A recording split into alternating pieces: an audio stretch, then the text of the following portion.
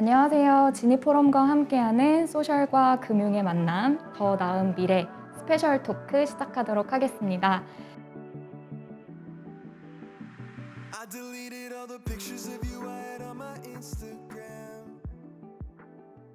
You can see it. 그 첫 번째 연사로 김상균 교수님 모셨습니다. 안녕하세요. 네, 안녕하세요. 반갑습니다. 저는 강원대학교에 있는 마음을 움직이는 인지과학자 김상윤입니다. 메타버스가 요즘 엄청 핫해요. 근데 그 메타버스에 앞장서고 계신 네, 교수님을 모시게 네. 되었는데요. 네. 혹시 메타버스란 뭐 어떤 건지 소개 네. 부탁드리겠습니다. 메타버스는 뭐 현실을 초월한 공간이라고 말은 하는데 그 말은 좀 어려운 표현 같아요. 좀 쉽게 설명을 해보면 내가 원래 A라고 하는 사회적인 모습이 있는데 B라고 하는 개인적인 모습, 좀 쉽게 말하면 부캐, 보조 캐릭터 이런 거 끄집어내서 나의 또 다른 면을 갖고서 살 수 있는 디지털 공간, 그런 거를 메타버스라고 다 통칭할 수 있을 것 같습니다. 네, 되게 간단하게 설명을 잘 해주셨는데요. 네. 여러분 이해 잘 되셨죠? 우리가 알게 모르게 이미 메타버스 세상 속에서 살아가고 있는 것 같아요. 혹시 우리 삶 속에 이미 들어와 있는 메타버스 어떤 것들이 있을까요? 제가 예를 여기 올 때도 이제 자동차 불러갖고 왔는데 네. 그때 보면 작은 휴대폰 안에 수많은 자동차를 다 부를 수가 있잖아요. 그것도 이제 거울 세계라고 하는 메타버스고 제가 이제 오후에 딴 데 가서도 원격으로 어디 들어가서 수업도 해야 되는데 그것도 이제 학교를 메타버스 안에 옮겨놓은 거라고 볼 수도 있고요. 사실 뭐 메타버스라고 하면 VR, 뭐 3D 아바타, 화려하고 신기한 거 많이 떠올리시는데 그게 아니더라도 특히 장년층도 휴대폰을 통해서 쓰는 다양한 생활이나 업무용 프로그램들이 메타버스적인 성격을 이미 많이 갖고 있습니다. 요즘 10대들도 굉장히 많이 메타버스에 관심이 있는 것 같아요. 뭐 그렇죠. 제페토? 예. 그게 되게 유명한 걸로 알고 있는데 네.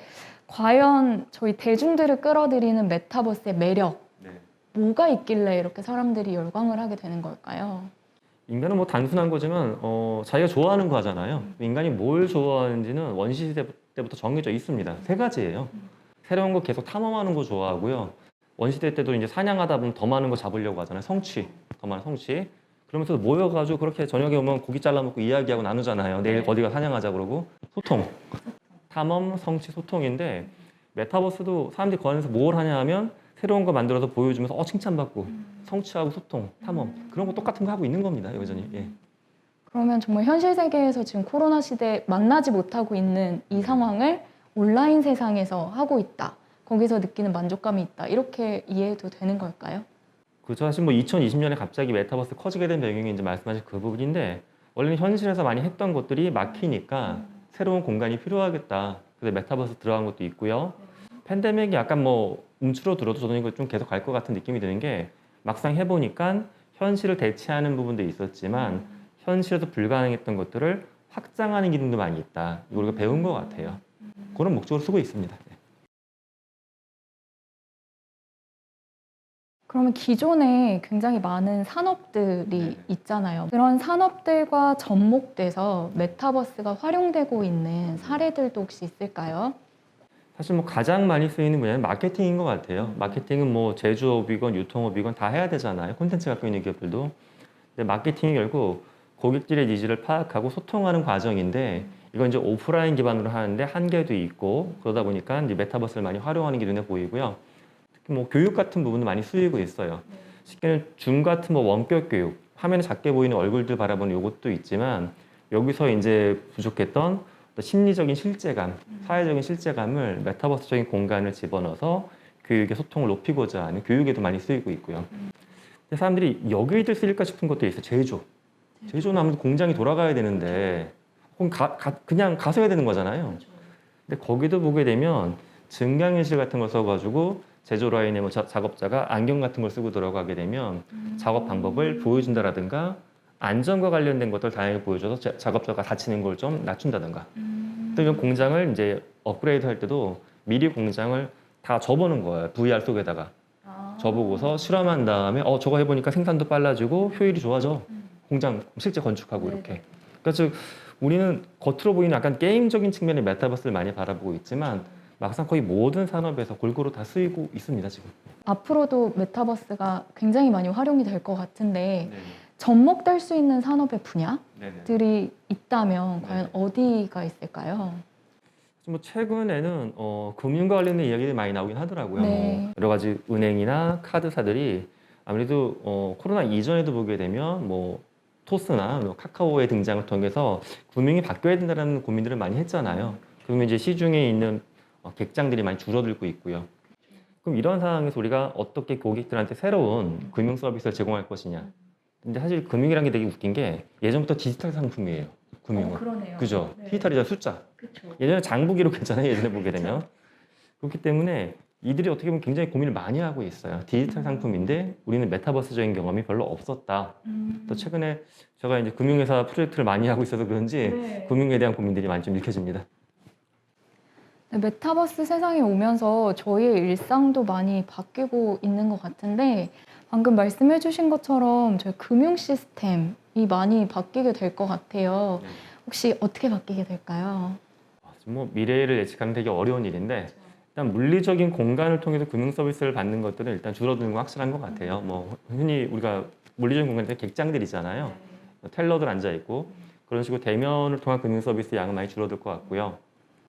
또 하나는 반대로 그러면 메타버스 속에서야 또 경제의 흐름이 증가하는 거잖아요. 그러니까 지금 우리가 보게 되면 뭐 선불 카드를 꺼내서 쓰거나 전자결제 시스템들을 쓰는데 이런 것들의 서비스가 굉장히 다양해질 것 같아요. 그러니까 지금 뭐 공인인증서 넣어가지고 쓰는 그런 몇 가지 결제 프로그램 몇 가지가 있는데 이게 좀 더 다양하게 되고 이런 것들 가능할 것 같아요. 특정 플랫폼을 뭐 이렇게 밀어드리는 의미는 없는데 뭐 국내 여러 플랫폼도 있잖아요. 뭐 제페토도 있고 로블록스도 있고 그런데 안에 들어가게 되면 지금 자체는 보면 뭐 잼이나 이런 걸 한전에서 쓰는 구조가 있는데 이것도 이제 그 안에는 뭐 직불 카드가 생길 수도 있을 것 같고 약간 크레딧 카드 형태의 개념이 그 안에도 들어올 수 있을 것 같기도 하고 또는 블록체인 기반으로 해서 암호화폐를 그 플랫폼 내에서 직접 받아들여서 쓰게끔도 바뀔 것 같고요. 그러니까 즉 큰 틀로 보게 되면 무게 중심이 오프라인에서 온라인으로 좀 더 옮겨가는 이런 현상은 많이 가속화될 것 같고요. 그러면서 사실은 금융 서비스가 굉장히 다변화가 많이 될 것 같아요. 기존의 금융은 새로 이 산업이 진입하는 것이 굉장히 어렵고 무거웠거든요. 진입 장벽도 높았고. 근데 좋은 아이디어를 갖고 있는 어떤 새로운 스타트업들이 또 좋은 금융 서비스를 갖고서 시장에 들어가기가 물리적인 기반에 대한 필요성이 낮아지다 보니까 좀 쉬워지고 소비자 입장에선 그만큼 다양한 금융 서비스를 좋은 조건을 쓸 수 있게 되는 좀 황금기 올 것 같습니다. 저는. 네. 블록체인도 말씀을 해주셨어요. 메타버스가 그 안에 화폐도 있지만 화폐를 통해서 거래되는 여러 가지 뭐 땅이나 디지털 아이템이나 지식과 관련된 것들을 이제 재산화시키거든요. 그리고 재산에 대한 소유권이 또 존재해야 되잖아요. 근데 그 화폐에 거래되는 거, 그다음에 소유권을 갖는 뭔가 디지털 재산 이 두 가지가 다 결국 어떤 보호성이 굉장히 중요한 건데 그 보장해주는 거를 기술적으로 블록체인으로 해준다는 흐름은 뭐 대세로 가는 것 같습니다. 뭐 코인이건 토큰을 통해서 돈을 발행을 하고 NFT를 통해서 디지털 재화에 대한 소유권을 보장을 해주고 또 한 가지 특성 그런 것 같아요. 디지털 재화가 과거에 한번 사게 되면 되판다는 개념이 별로 없었어요. 디지털 재화는 만약에 뭐 MP3 음악, 게임 같은 거 다운로드 받으면 내 거.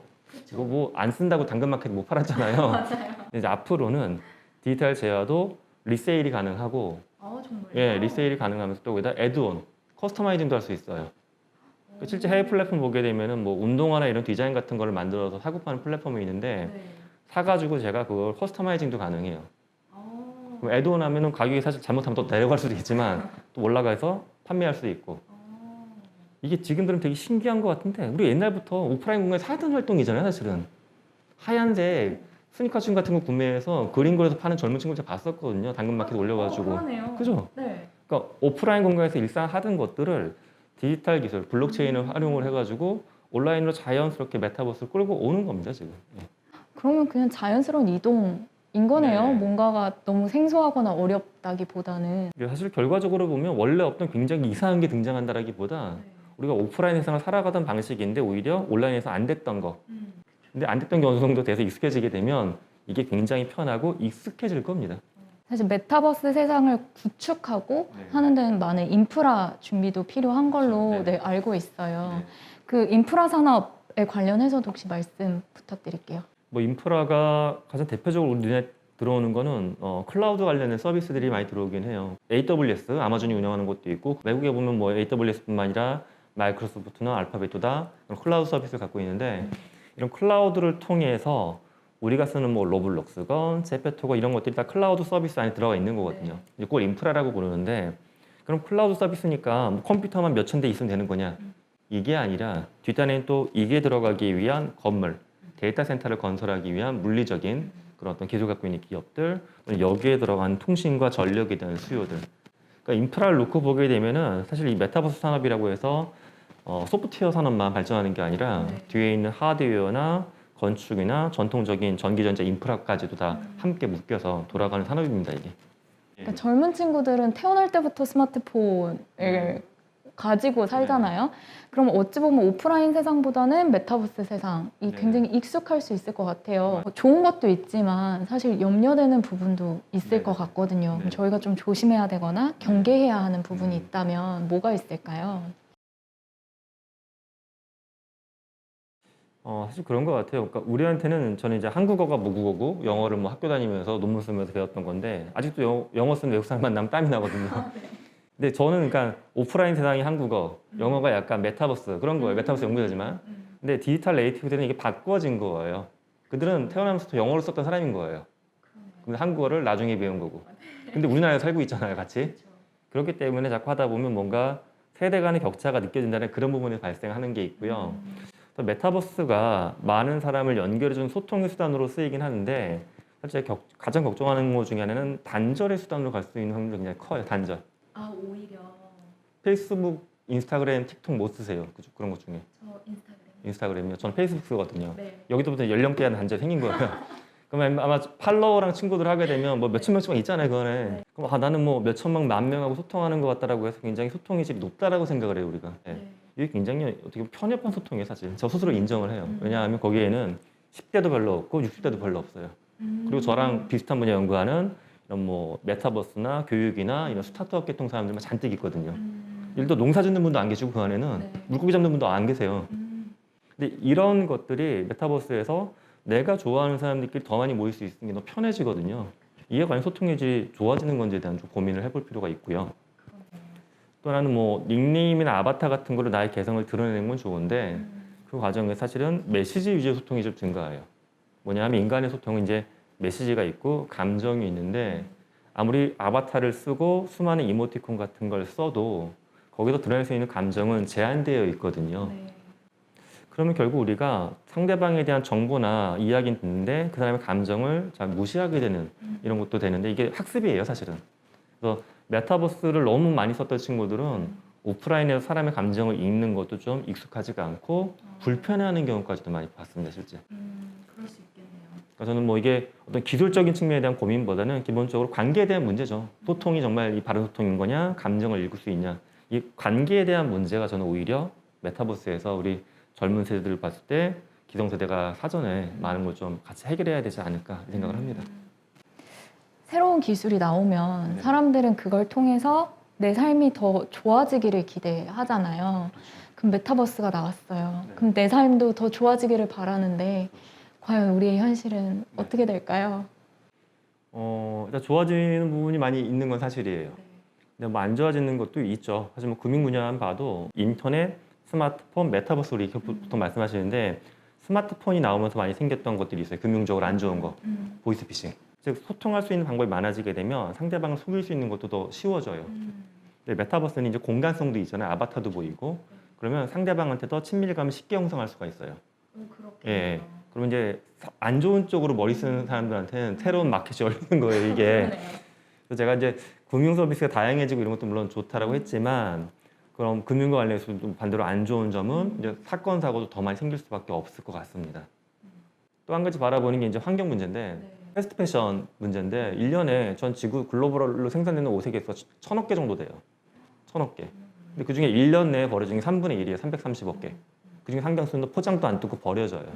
그게 버려지는 게 어디로 가냐 하면 대부분 그냥 토지 위에 버려지거나 태워져요. 엄청난 환경적인 오염이 생기는데 이런 거예요. 기성세대들은 젊은 친구들이 제페토나 로블록스에서 아바타 옷 입히는 거 왜 갖고 이걸 왜 하냐고 하는데 전 그런 거예요. 아바타 옷을 만약에 10,000원어치 입혀. 10,000원어치 입혀서 4-5개 입혔어요. 이래서 이 친구가 오프라인에서 옷을 살 걸 3개에서 만약에 하나나 2개를 줄인다고 하면 이게 더 오히려 소비도 합리적이고 환경적으로 훨씬 더 좋다라는 겁니다. 예. 그러니까 인간은 늘 더 생산하고 더 소비하고 싶은 건 맞아요. 그런데 물리적인 생산을 덜, 낮추면서 심리 만족을 더 높일 수 있는 메타버스 소비를 더 높이는 거예요. 그러니까 덜 생산하고 더 소비하는 거. 이게 메타버스에서 가능해지는 겁니다. 이러면 환경도 좋아지고 약간 불균형한 문제도 좀 풀리지 않을까 그런 꿈을 꿔봅니다. 알겠습니다. 우리가 앞으로 정말 메타버스와 함께하는 세상을 피할 수는 없을 것 같아요.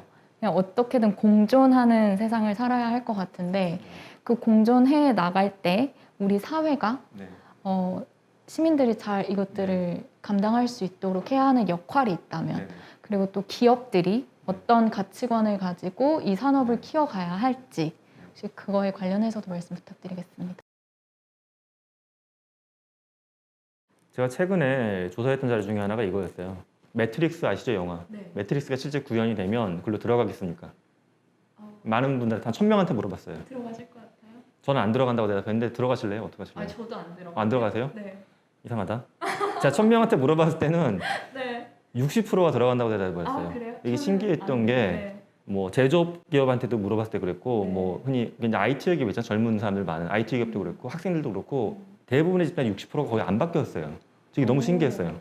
60%는 들어간다라고 했는데 왜 들어가냐고 물어보면 그분들은 동일한 이야기예요. 조건을 봤을 때 거기 들어가는 게 더 행복한 것 같다. 근데 이게 사실 답인 거예요. 뭐냐면 아리스토텔레스가 그 얘기를 했거든요. 인간은 행복을 추구하는 존재고 행복을 추구하는 데는 아무런 잘못이 있을 수가 없다. 나쁜 것만 아니면. 그럼 행복이 무엇인지를 봐야 될 것 같아요. 저는 행복이 무엇인지를 개인의 관점, 기업의 관점, 사회의 관점에서. 근데 행복은 전 아리스토텔레스 주장이 굉장히 와닿았던 게 뭐냐면 행복은 네가 즐거움을 느끼는 것도 중요하지만 네가 세상에서 무언가를 할 때 그게 세상에 가치 있는 무언가가 되는 게 행복이야. 이렇게 얘기해 주셨어요. 근데 제가 만약에 메타버스에서 무언가를 만들고 뭐 혼자 왔다 갔다 해요. 근데 이게 진짜 소비되는 게 아니라 가짜로만 존재하는 거예요. 누가 만나러 오지도 않는데 만나러 오는 것처럼 꾸며주기만 하는 거. 그러면 내가 가치 있는 무언가란 건 아닌 거잖아요. 그러니까 저는 이게 공간이 현실이냐 메타버스냐가 중요한 게 아니라 내가, 우리 사회가, 우리 기업이 정말 서로한테 가치 있는 걸 살 수 있냐 없느냐가 가장 본질적인 질문이라고 생각합니다. 가장 가치 있는 게 무엇인지를 서로 물어보면서 새로 만드는 메타버스가 나와요.